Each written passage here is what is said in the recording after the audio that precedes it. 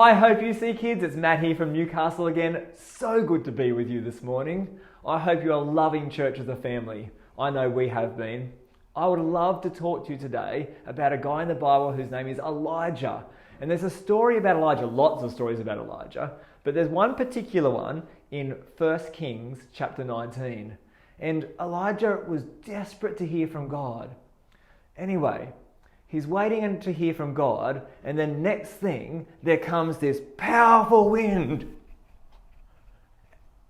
And he listens, but God's not in the powerful wind.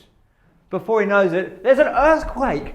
The ground's shaking, rocks are splitting apart, and Elijah listens.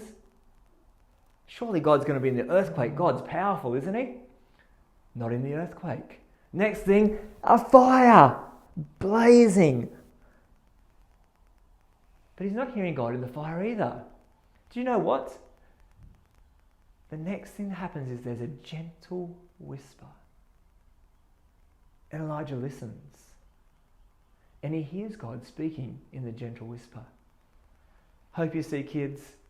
I want you to know that God does speak to you. He speaks to me. He speaks to all of us. So today, I would love you to spend some time just listening to God, being in his presence, and hearing what he says to you. I've got some ideas for you. How about you asking out to help you spend some time listening to God today? You might pray with them and ask God to speak to you. And then read a Bible story together. And then why don't you put on some worship music, maybe your favourite song, or if you're not sure which song to use, down below us in the description, I've put a link to the Kids Blessing. It will bless you to listen to it. Spend some time just listening to that worship.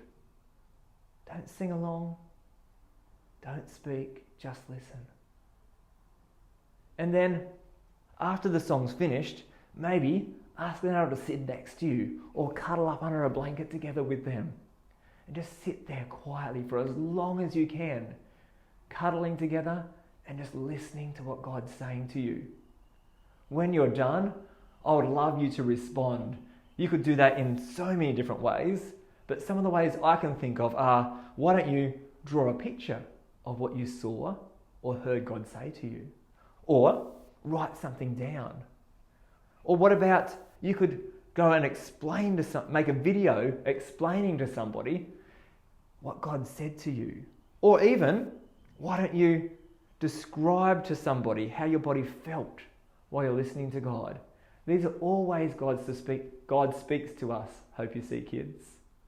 God loves you. He is speaking to you. Be blessed this week. Hope you see, kids. Bye.